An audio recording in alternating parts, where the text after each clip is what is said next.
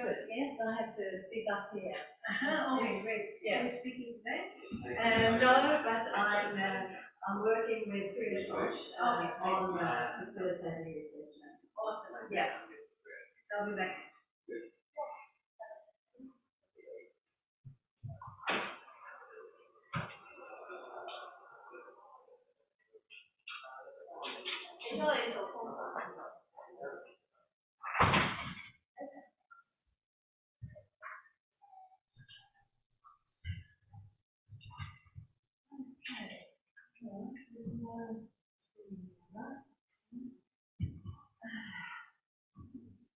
Yeah.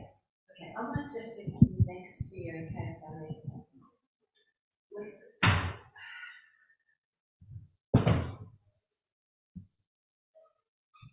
Always difficult being the last session of the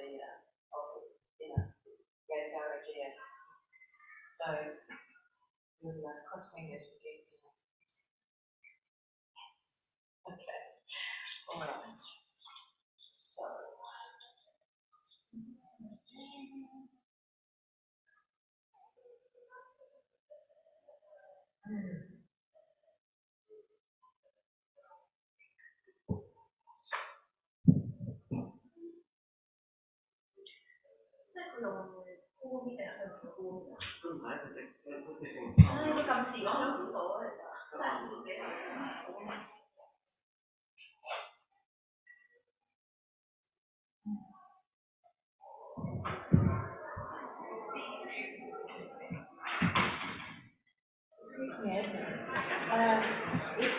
Is there a tech person? No, I am going to be the tech person. You're the tech person. My goodness, we're very privileged. Yeah, unfortunately there was the setup. What do you need? I think we're fine. Yeah. But do the setup and I will show it and then yeah. And you can see the Zoom. Yes. Yeah. You can also log into Zoom. Yeah. No, that should be fine. And I will start. I'm telling to usher people. Yeah. They're telling people to come in there. It's taking a little bit of time. Okay. All right. Okay. So there's two mics here. Can you pass me the other one, and I'll just have that for the end bit. Okay. And I'll just. So this is live stream 3. Which live stream 3.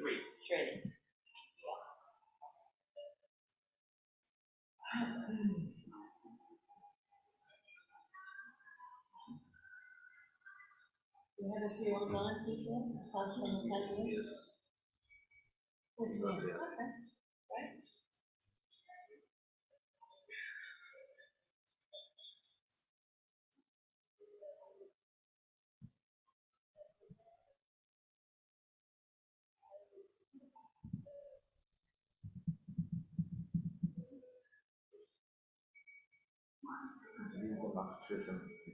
That's always On a the program. challenge. It's always a challenge. We are finishing the Yeah. We got the online people, so that's good.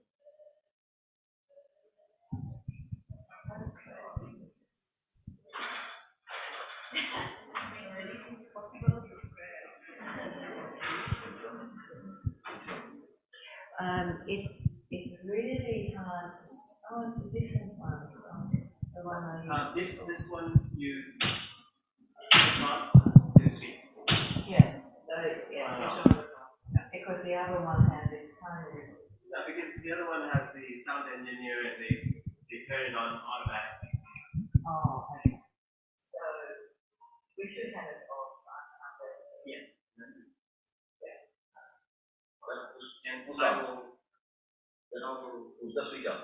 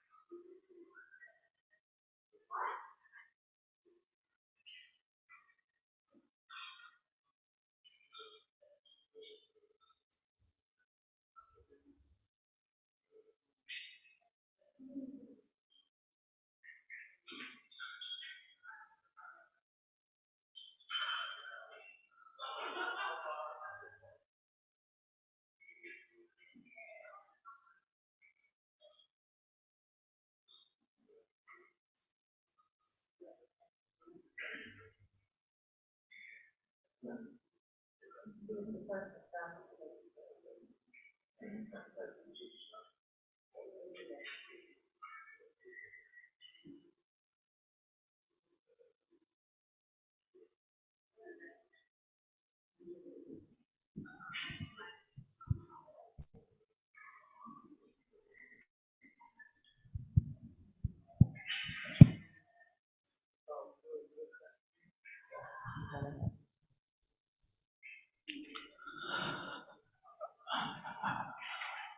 Hello everyone. Good morning, good afternoon, good evening. Recording in progress. Hello everyone. Good morning, good afternoon, good evening. Today we have a discussions about what are the challenges, progress and social prosperity for digital economy in Asia. Although it's a very broad topic, we will be concentrating on in South Asian countries only. Actually, this topic has been chosen based on the challenges of the digital penetration in Asia, specifically in South Asian countries. Few aspects of our lives remain untouched by the transformation of the digital economy. So our session will be focusing on the key challenges which are affecting the success of the digital economy. Specifically, we would like to focus on whether we are cultivating a fully digital literate society by which citizens can able to use transformation, emerging technology to take advantage of the growing digital economy. Apart from that, we will be concentrating on digital divides in terms of access, bandwidth, languages or scripts will influence the digital economy. For instance, if you think about India, the significant thrust by the government towards digital economy may be hindered or may be bogged down by the large proportion of the populations and on the wrong side of the digital divides. And one more thing, we will be concentrating on whether we are capable to building trust for technology enabled innovation to thrive. And another thing is that cyber vulnerability means and the threat of attacks and misuse of, okay. And our aim of these sessions to bring together representatives from diverse stakeholder groups of explore the future dimension of the digital economy, specifically in South Asia. And we hope the sessions will show the way how we can face the key challenges and harvest the benefits of the digital economy towards access and inclusion, trust, sustainability. As outcome of these sessions, we are expecting through an interactive discussions, participants will consider how multi-stakeholder efforts can identify and address skill deficiencies to better prepare community or people for the changes produced by the digital economy. So today we have 4 valuable speakers. Amrita Choudhary from India. She belongs to civil society.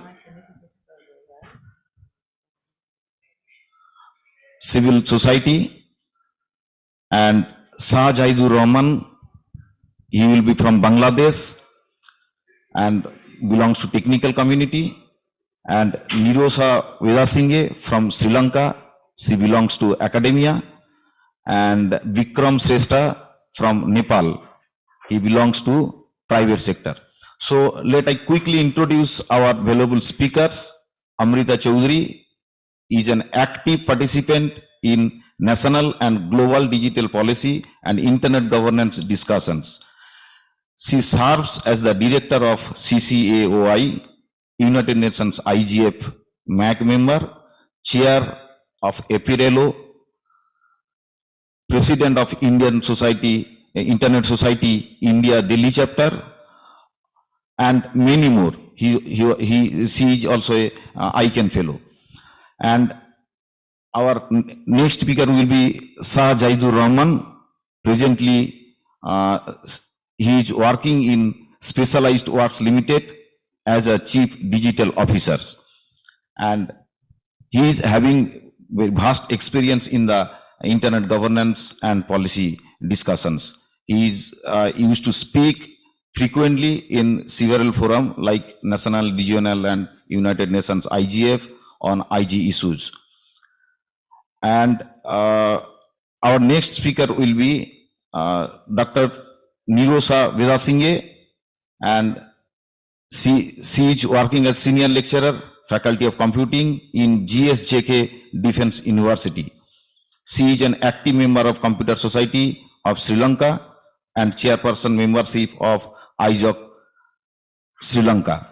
And she is also a MAC member of APrIGF and various committees member in APrIGF. And Bikram will be, and then the speaker Bikram Shresta, he is the president of Nepal Internet Foundation and immediate past president of ISOC Nepal. He is also having more than 2 decades of capacity building, leading ICT sector, banking as well as e-banking. And presently he is the digital banking head in Sanima Bank. And okay, let us start without any further delay. I am going to ask Amrita Choudhary. So how are you witnessing the digital economy transforming lives? And you have 5 minutes now. Thank you. I'll try to reduce it, the time, and thank you for having me. As in, if I look at the India story, there is a lot of transformation happening, especially after COVID-19. Digital has become mainstream. I would say today, if we look at UPI payment system, there are around 10 billion transactions happening each month, and 45% of the global real-time payments are happening in India. During the pandemic, we had the COVID portal, which actually delivered 2 billion vaccine doses with the digitally verifiable certificates. If I look at a vegetable vendor today, he's taking payment through mobile banking or even scanning. If I have to send even money to my car cleaner, I can do it online. They may not understand English, they may not know how to write an email, but they know how to use technology for their basic day-to-day life. So digital is transforming. You will see, and since South Asia is more mobile friendly, people are using mobile in ways which people did not. They are creating content, they are earning money. In fact, even women sitting at home are making food, selling it, communicating through messaging platforms, getting payments through mobile payments. So there is a huge digital transformation which has happened. So there is this good part which is happening. The government is also putting in a lot of effort to connect people. And there is a thrust from private sector to innovate. Even curriculum, etc., is making it more, I would say, digital friendly. And especially in a country like India, where costs are high, our data, our internet costs are quite low compared globally. It may be choppy in some places, but at least the costs are lower. You are getting innovative, refurbished phones, tablets, etc., which many people can use. So there is a lot of thrust which is happening, but there are concerns too. Do you want me to address the concerns now, or do you want me to come back to it later? Thank you, Amrita, for enlightening us the UPI payments. As far as I remember, UPI payments started in India in 2016. By that time, people means not aware about UPI payment. And as per the statistics, on the day of 2023, there are 400 banking sectors are engaging in the digital payments interfaces, and 23, as far as I remember, 23 plus of apps are there. Okay, thank you for enlightening us on the view of Indian perspective. Now I'm going to Jahidur Rahman let us start with the questions. What are the challenges have you identified in Bangladesh that the digitally to build the digitally literate society?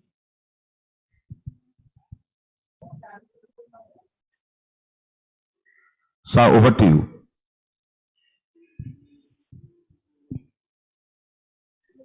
Hello, am I audible? Yes, you are. Thank you, Priyatosh, and thank you everyone. This is Shah from Bangladesh. Actually, before going to the challenges, I have to share a little bit history of that digital transformation of Bangladesh. Because many of we have seen that during the pandemic, the digital growth of economy and the transactions we observe. But one of the things in our country is happening that our government has taken the Bangladesh as a digital Bangladesh. So it has started its digital transformation before the pandemic, actually. You know that Bangladesh is a developing country, so it has taken initiatives to make all the peoples to connected infrastructure development. So because of these digital transformations, people's like different regions, not only in that city, we have 8 cities, and then to that of different upazila, and we have also covered that connections that have transformed the users. I mean that women and young entrepreneurs also get involved with this digital transformation process. As I had mentioned that due to that digital Bangladesh, many of that also service like government has taken given service of like one shops, which is that point of sales that different rural peoples can bring their product to that selling point and can sell their product through that platform. So and also the private sectors like us here in through the basis, different private and other non-profit organizations also collaborate this transforming process of the digital Bangladesh. So there is also that opportunity has started, as well as some sorts of challenges have also we identified, because due to that literacy, maybe in that rural portions or overall that countries, many of may not have the appropriate applications knowledge.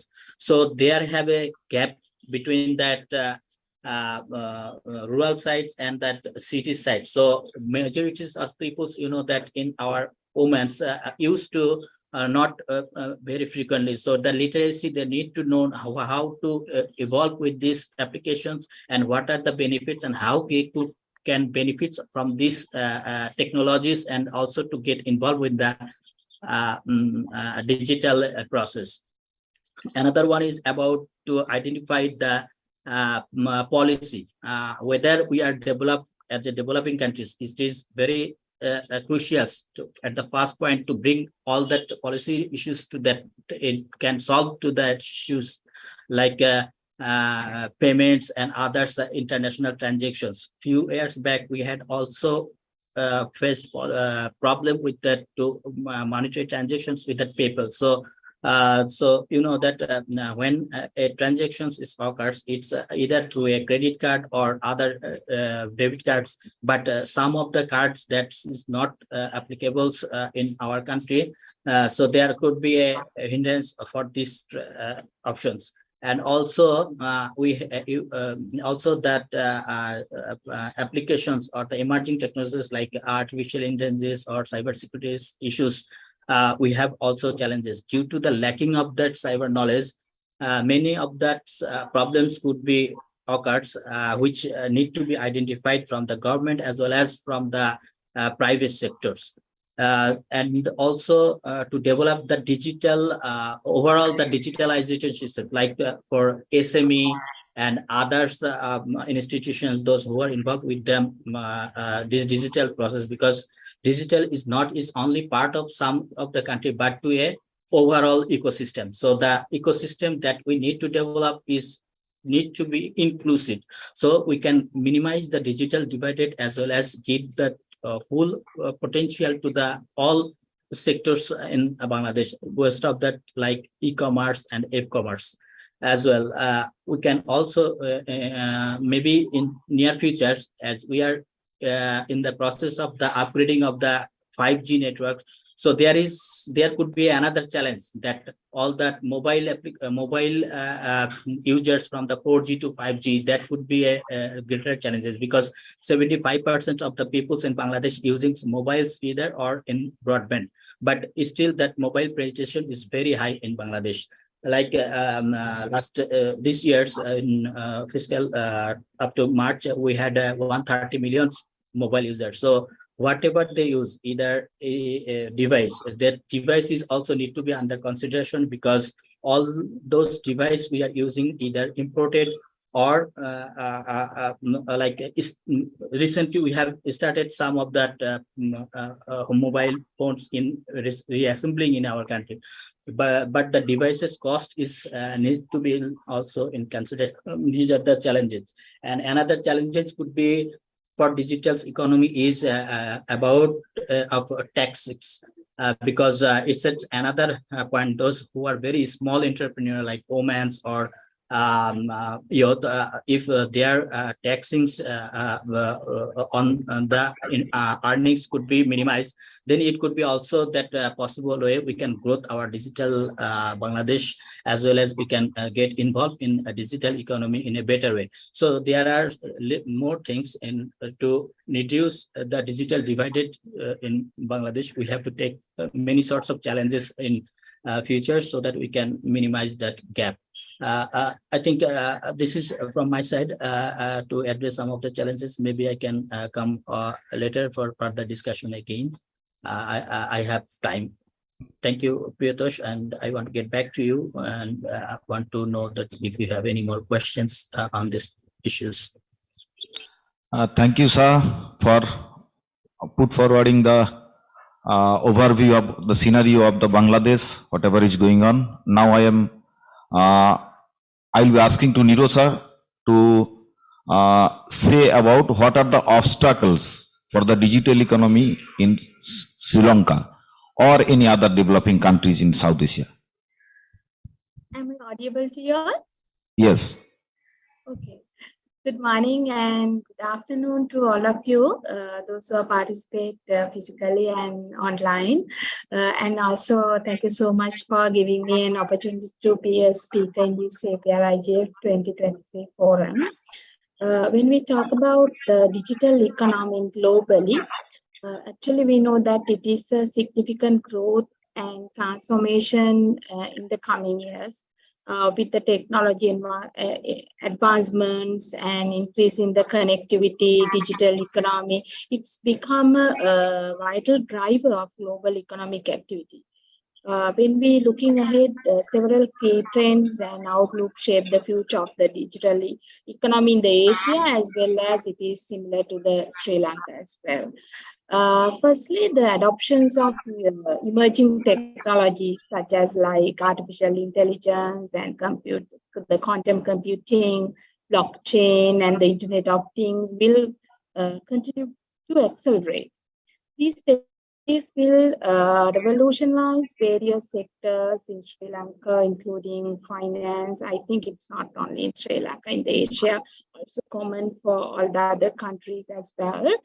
So it's including with the finance, healthcare, transportation, manufacturing, and education focuses towards more efficiency and the innovations. And also the e-commerce and the digital platform will create new business opportunities to traditional and reshape the most traditional industries. It was changed with the pandemics. There were a lot of changes happen in the Asia, and its online retail will continue to grow. I think it was very recently. It was happened to Sri Lanka. I think in 2019, after the 2019 pandemic situation, and it was actually the online retail will continue to grow, and also change in the consumer preferences, and also because of that it was increased the digital literacy. Most of the normal generally in the technology adoption, we know the most of the young people get adapted, but with the pandemic it was already, I think in the Asia, not only the Asia and the globally, it has already changed because of these changes. Not only the young people, the old people, and many different type of people has already change their consumer patterns and increase the digital literacy. Sri Lanka also digital literacy has already, now it is up to now it's up to the 60%, but actually it was, I think, was practically changed with this pandemic. And gig economy, so it's remote work with again different prominence, and enabling individuals to work flexibility and access global job market as well. And also data play a central role in the digital economy. The collections and the analysis and the data monetizations will derive the personalized services and the target markets and enhance decision making. However, in Sri Lanka, the digital privacy and the cybersecurity concerns need to be required, and robust regulations and for the safeguards. And also concern about the digital inclusion will also be a crucial focuses, and efforts will be made to bridge the digital divide and ensuring the equitable access to the technology, connectivity, and the digital skills. Actually, this will contribute to the economic empowerment and social development on a global scale. Then the collaborations and the partnership between the government, business, and the international organization will be the vital in shaping the digital economy. And collaborations will drive the policy frameworks, foster innovation ecosystems, and address the global challenges like digital taxation, intellectual property rights, and across the border data flows. I think so. Those are the things. Things later we will discuss some more things as well. Over to you, Thank you, Nirosha. Now I'll be asking to Bikram, as you are in digital banking sector or you are a banking professionals. So if you could please tell us what will be the skill mix required in technical, managerial, or in communications. Over to you. Good morning, good afternoon, and good evening, everyone. Thank you, Piers, and thank you for everyone being here. First of all, I would like to thanks for giving this opportunity. And as we know that nowadays we have been using all the our life is in a digital platform. So the digital economic in South Asia has been a significant growth and transformation after COVID-19 pandemic, bringing both opportunity and challenges. So the challenges for the digital economic in our part of the world are diverse and complex. One of the main challenges I have been facing in our part of the world is the digital divide, which refers to the gap between those who have internet access and digital technology and those who don't have access or internet and technology.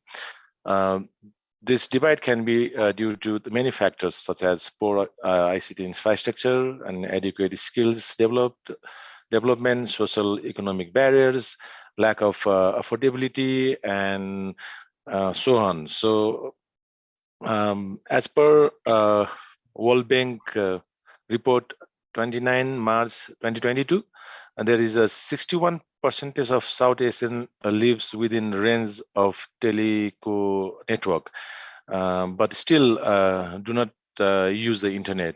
The large usage gap in the world. So international bandwidth is especially expenses in landlocked country like Nepal.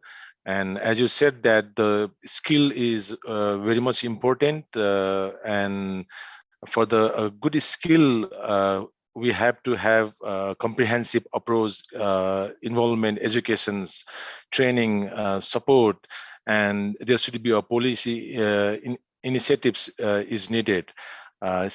Strategy including providing training and upskilling this program, promoting digital literacy, pairing them with mentors, offering flexible working arrangements and financial support, and collaboration with employer to create inclusive hiring practice. So this policy should be in. And most of the important thing is community has to be engaged within this skill development. So this measures helps them acquire a new technology, adapt to change a job market, and by implementing this strategy, I think stakeholder can ensure that lower skilled and older or anyone they're not they should not be behind in the digital economic. Additionally, establishing a social safety nets can improve concerns about job security and I think income instability. So it is important to create an inclusive environment that allows everyone, regardless to their skill level or age, adapt and succeed and contribute to the digital workforce. I think I can elaborate or more, or if there is any additional questions. Over to Piyash. Thank you, Bikram, for giving such details about the skill miss. And now I am coming back to Amrita. In terms of digital payment or digital revolution in India, so what are the challenges have you observed, and how they can be handled? Thanks, Priyatosh. I think that's the question, while we are having so much of thrust going in for the transformation, but the harsh reality is, though we are the second largest internet user base globally, we still have 40% of the population to connect. So if all services go digital, are we not creating a further divide for people who are not connected, which all the other speakers also mentioned. And the key challenge before us is what can be done to ensure no one is left behind. Are we making things simpler and easier for people?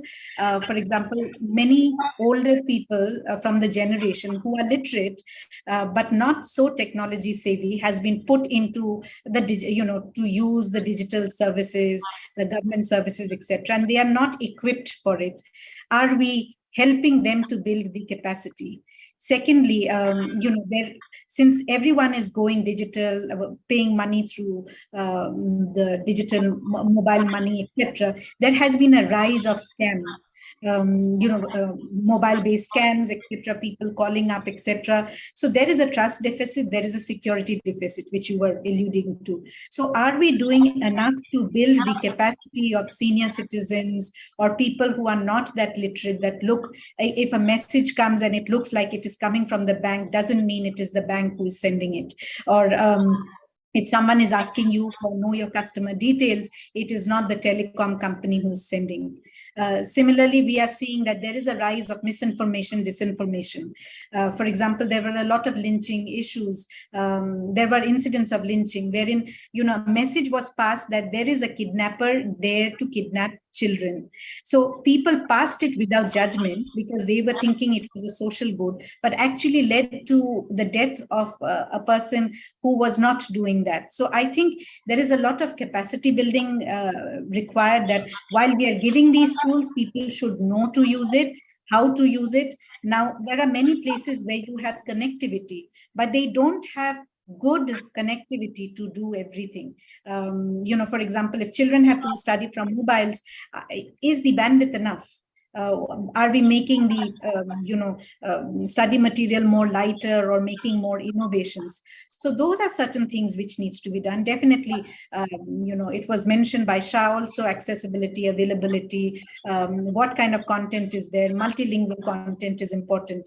Similarly, if we are wanting people with disabilities or special abilities to use these platforms, apps, services, are we making it friendly for them? Again, if we are looking at multilingual, for example, even in government services, the first 2-3 interfaces are in local languages, but are even the final payment gateway processes in the local language? Is it end-to-end in local language, or do we have audio prompts that, look, you need to do this? So those are certain things which needs to be worked on. I know these are difficult things. Everyone wants to work on it and kind of get these things correct. But, we need to see how fast we can do it so that we don't have more people left behind than we wanted to. Thanks. Thanks, Amrita. As per Amrita was saying that older people are not willing to use or lower skilled due to the lower skill may not be adequate for the digital economy in the society. So I am coming to Bikram as Amrita was saying. So if you could please ensure that how the lower skilled and older workers can change their mindset and they may be prepared to adapt that thing. Over to you, Bikram. Yeah, thank you for questions. As I already said that, to prepare low skill and older workers for the digital economic, a comprehensive approach should be there, including education, training, support, and policy initiatives is needed. And strategy should be to provide training and upskilling programs should be there, and promoting digital literacy. There should be a pairing them to mentors, and there should be a a good opportunity to learn more new things. I think change is constant, and the technology is evolving day by day, and there is lots of ongoing new innovation in IT field. So in ICT, we have been saying that there should be collaborating with each and every peer, and the strategy should be more flexible, and the older workers in acquiring new skill and promoting a positive insight of their roles within the work group. These measures help them acquiring a new digital skill, adapt to the changing job market, and by implementing this strategy, the stakeholder can ensure that lower skill and older workers are not left behind in this digital economic. Additionally, I can say that establishing a social safety nets can improve concern job about the job everyone, and regardless of their skill level or age, to adapt, succeed, and contribute to the digital workforce. For the olders, we can say that as our parents also are using internet nowadays, but they are more familiar with the social medias, but it's very difficult to use this like mobile banking or this digital platform finance, access to finance, and then others day-to-day official kind of work like email. So it's still there is a challenge to more challenge to adopt this technology for lower skill or older workers. I think we have to have a regular kind of awareness and capacity building program, and then we can overcome these challenges. Thank you. Yes. Okay, thank you, Bikram. And now I'm coming back to Shah. So as you are talking about the digital penetrations and in Bangladesh, so how do you think, is there any changes to be made in policy, or is there, if you clarify it, whether is there any amendment to be done on the existing policy? Over to you, sir. Thank you, Priyatosh. Yes, exactly what I said before. It's a very challenging because the digital transformation in Bangladesh is happening very abruptly. But the policy that has made in 2018, still we are running on this. But yes, from the government side, they have taken initiative to make some policy changes because of this digital transformation. Some of the things need to adopt it with that current scenario. Almost South Asia's most of the countries like us in Bangladesh, we are also facing that sorts of policy we need to develop. Actually, for example, that I shared before, that the connectivity or the minimum bandwidth for that broadband users, we have recently adopted that it should be at least 5 Mbps, but it was previously not mandatory. But now all the operators, even in mobile and also ISP, they are mandated to give at least the 5 Mbps bandwidth to the end users. So this is one of that certainly I will say appreciate, but we need more because still we are saying that it's 5 Mbps, but whenever it comes to that rural sites, it goes maybe down due to different infrastructural issues. But we want this should be mid 10 Mbps. We are from different forum, and also different stakeholders are also putting their thoughts in a table so that we can make it more profitable, more accessible, and all that relevant to that of like our mobile data. Thus, we are expecting to our government. We are also giving that that the data that we use per month should be flexible, because someone using within a money that is not using, but his data is going to be finished. Those who are really poor, they do not afford that kind of data capability. So that could be beneficiary for them as well as everyone. So if we can maximize the limitation of the data. This is one of the major things regarding to that connection. But yes, still government is also trying to internet to that very every home users. I said that the fiber network structure need to be deployed all over that countries, not only the district levels, it should be in the Thana level as well. So that at first that we can assure that everyone is connected. Then another challenge that the policy maybe can adopt, I think very important, is the consumer right, because the users we are creating, or that consumers we have currently in that markets, like that e-commerce has developed very rapidly. So their right protections is also very important. We need to think to adopt this kind of policy. It is important to ensure consumer interest to be protected in digital ecosystems such as e-commerce or the digital finance, and it should have a level playing field across that. We are using different mobile financings, very big giant mobile financing institutions, but they are also have a very that competition within the MFS. So these competitions also sometimes deserve the market. So this monitoring system need to be adopted compared to that previous scenario, so that we can users can benefit from it.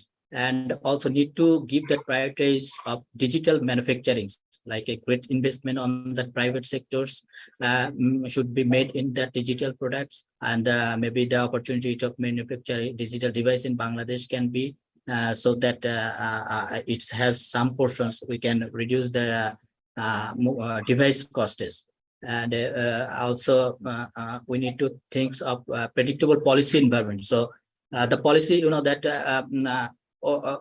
technology is so fasting things for maybe 1 year back, then it's coming some sorts of new product and new things. So we have to have a mind in our environment, so we can build a business or digital ecosystem environment, predictable policy, so that we can align that with, and we'll need to in keeping in monitoring cells, so we can adopt this with that market as well. These are the things I think very important. And also I earlier said that the mobile penetrations as so high, so that keeping in mind that 5G is coming maybe very soon, so we have to think on this and have to give emphasis on the development of that policy, because it is not only that technology, it's things to conscious about the health, and also so the radiations and other frequencies, these relations to that also need to be a thing for that environment.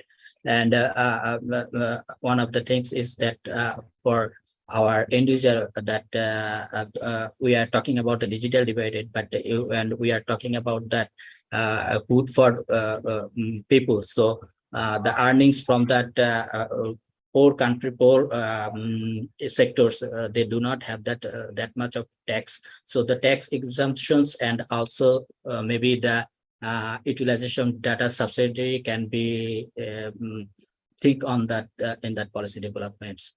So these are the things I think need to develop. And I think if you have any more things to know from me respective to my country, I think I could reply to you. Get back to you, Priyatosh. Thank you, Shah, for giving us such insights of various challenges like consumer rights, not connected to connected, many things. Really, it's maybe some things are common for every countries. So now I am moving to Nirosha by asking one question. If you are observing the burning issues on the digital economy, So what are the suggestions would you like to propose, or if is there any? Yeah, so Amrita, Shah, and everybody, all the speakers talk about many challenges. I think when we consider about the Sri Lankan context, most of the challenges also having same things. I think most of them are very specific to all the countries. However, the challenges remain fully harnessing the potentials of the digital economy in the Asia. I think there are some include addressing the regulatory frameworks or ensuring the data privacy and the cybersecurity and bridging the digital divide, specifically in the rural areas. So we have to continuously, I think we have to globally, we have to consider about that, and continuously we have to investment on that, because I think many countries have some different economical issues with the global economic situation. So Sri Lanka also faces similar one, but still, so internet is for everyone. So therefore, we have to make sure everybody have to digitally equipped with all the things. So therefore, I think continuous investment in the digital infrastructure and the digital education. So it's important suggestions I can tell you here. And also policies related to the policies. I think there are different countries, they are going with some different policies. I think so having a common policies, introduce some common policies, get together, work together with different nations, coming up with policies is another suggestions I can tell you. So it actually growth and impact of the digital economy of the Asia and Asia Pacific and all over the world. And because the future of the digital economy is expected to be dynamic and transformative with several key trends, because most importantly, artificial intelligence. So this will enable most of the automations and personalized services, and also with the blockchain will revolutionize the supply chains and finance transactions and digital identities. And also the augmented reality will enhance the immersive experience, and the IoT will connect billions of devices, creating a network ecosystem. So we have to consider on that.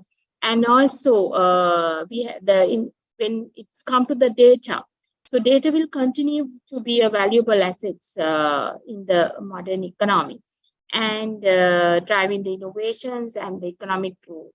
And right balance between the data privacy and the data utilization will be crucial, and regulations may involve to protect the individual rights, will fostering the innovations.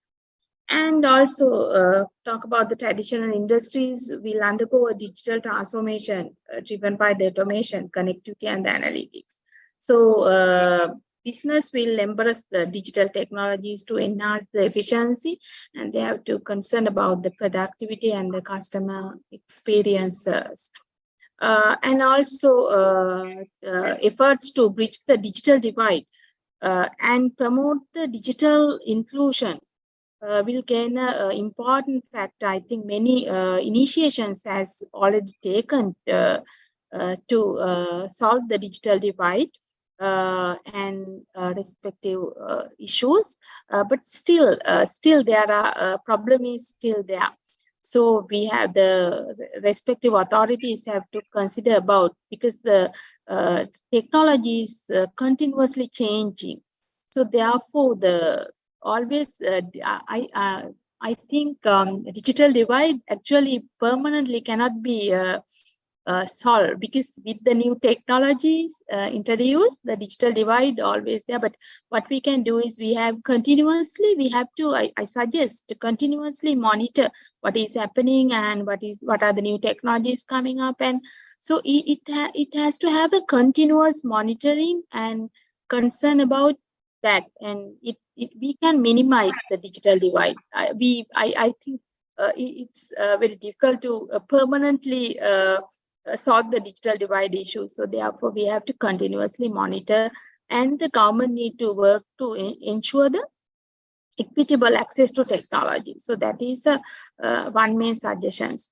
And also the connectivity and the digital skills. They have to improve the digital skills. They have to take the initiations, and also they have to provide the better internet access to rural areas. They have to especially concern about the problems with the rural areas. I think all over the Asia and the Pacific, I guess, all the people have that issue. And the promoting the digital literacy, as I told you before, so that is a very important factor. And also create some opportunities for these different groups to sustain in the digital economy. So it's an important factor. And also the digital economy expand the cybersecurity will be a crucial concern, and we have to protect in the sensitive data and secure the digital infrastructure, and we have to combating with the cyber threats. So we have to take some actions, and we have to globally consider about those things, and we have to take collaborative actions and keep on concern on that. And we have to look after all the people who are accessing internet. And so those are the, and also I think collaboration between the government and the different stakeholders will be a challenge, and it's a challenge. But we have to get together, and we have to think about to give a good suggestions and solve that different digital, the internet related problems, work together and collaboratively. We have to solve a lot of problems.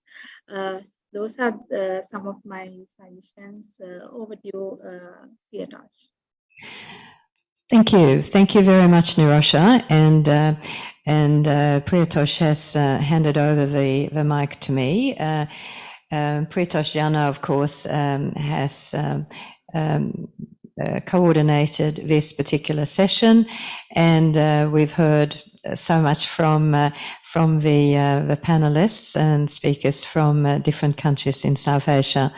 My name is Gunela Astbrink, and I'm helping to facilitate this particular session.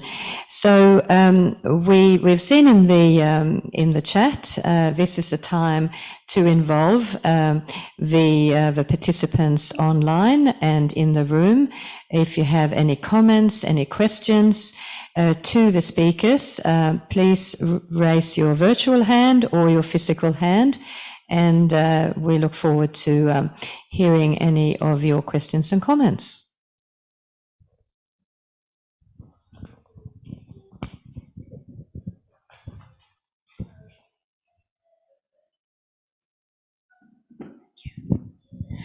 Thank you, Gunela. Thank you for the really moving statements by all the speakers. My question is, sorry, Swaran for the record. My question is towards perhaps all of the speakers. There's a particular concern about this growing trend of elderlies being victims of cyber scams, and so digital the divide is, while it's very real, digital enablement becomes a two-sided sword.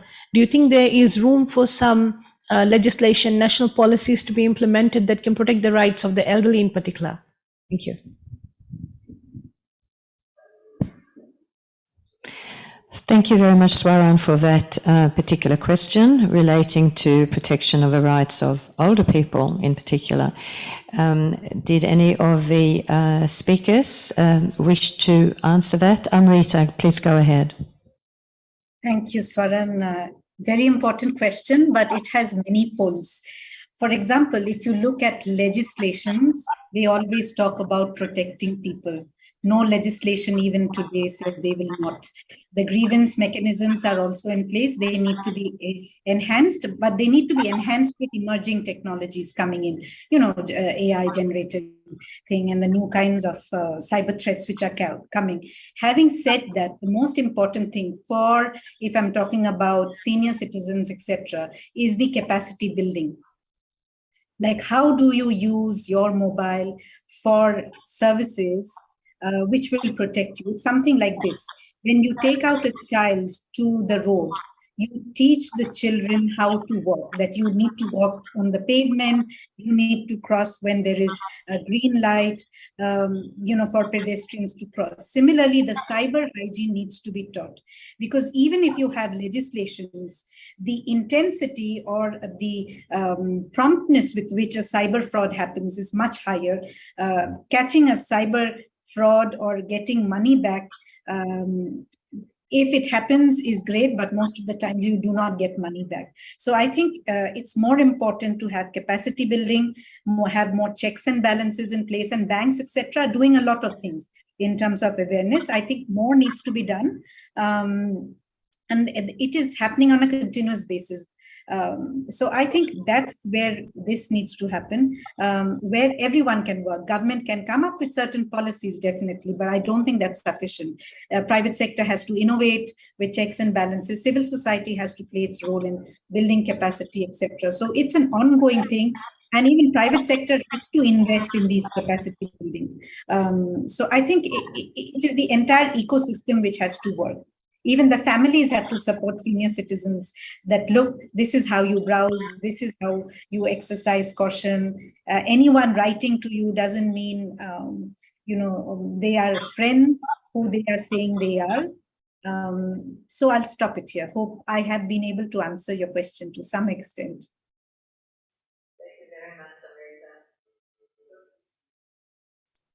Thank you very much, Amrita. Yes, you have covered quite a few points there in regard to older people and assisting in digital skills building and so forth. Bikram, you have your hand up. We are running low on time, so I'd appreciate just a brief comment. Thank you. I just add very little. Going to Amrita, what she said, in technology, I used to say that there should be convenient versus risks, should be balanced. So every time whenever we introduce a digital banking product, we are if the risk is higher, then if the convenience is higher, then risks will be lower. So that's how we are try to make the convenient and the risk is balanced way. So for senior citizen, it's very difficult to make them usability of this digital banking product. So in Nepal also we have been facing these challenges to provide digital banking product in Nepal. Just add on. Thank you. Thank you very much, Bikram. We have another question or comment from the floor. Please go ahead, Ishaq. Thank you so much for giving me the floor. I am Ishaq from Bangladesh. I'm here as a fellow of APrIGF 2023. I was hearing Mr. Shah Jahidur Rahman about digital progress, about digital policy reforms. He was speaking very well and exponentially. And I would like to add some areas for improvement from my part.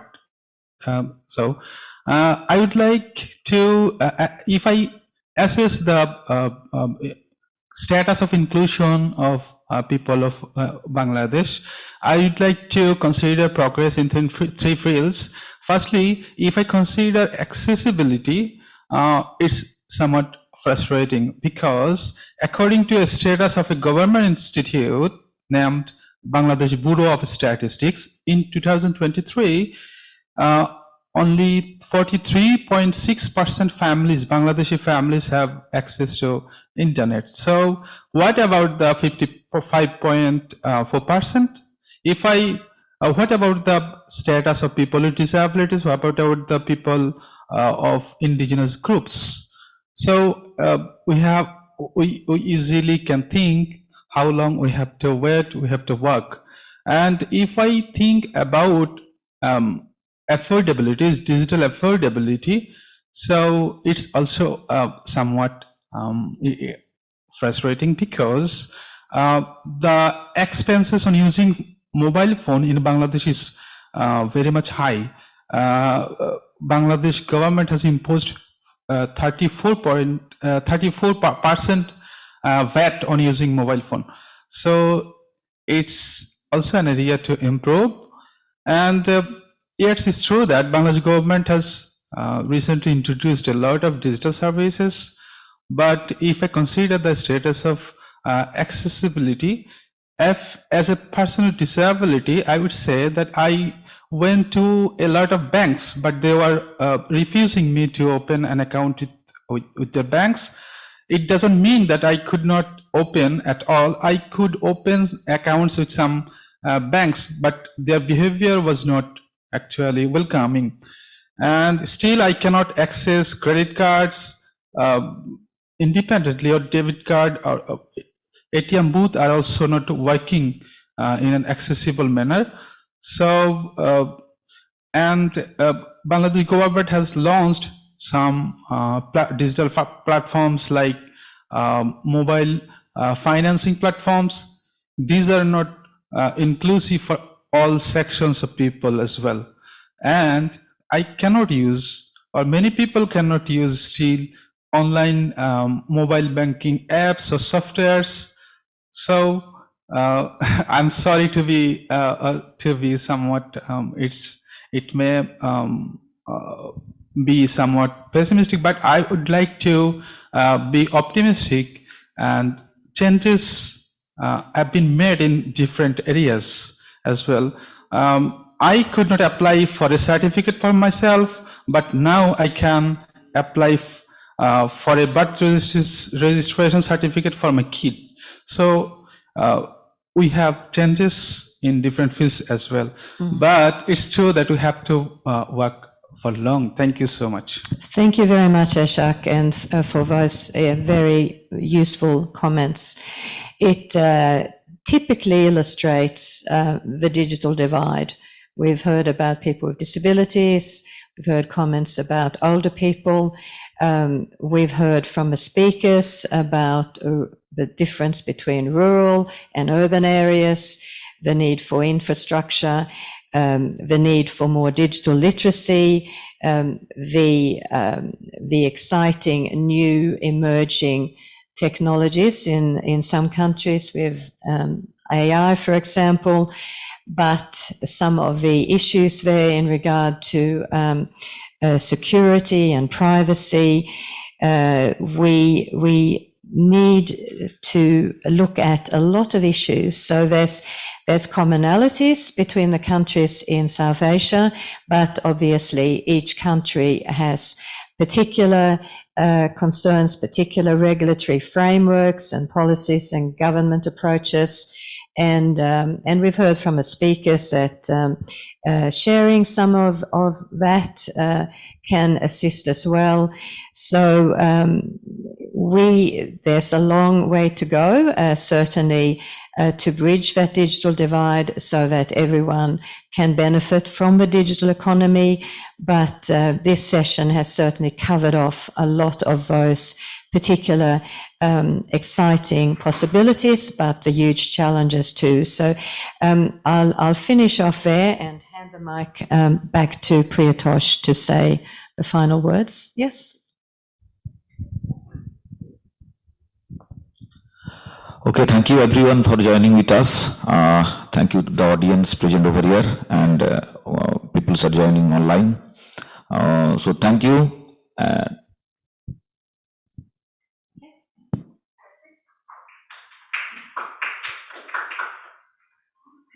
Thank you. Thank you, everyone. Thank you very much. Just a quick housekeeping note. We have lunch now, and but the last session of the APrIGF will be the closing plenary, which will happen at the main room, which is P1 and 2 here, and that will happen at 1:30 p.m. So see everyone back in about 53 minutes.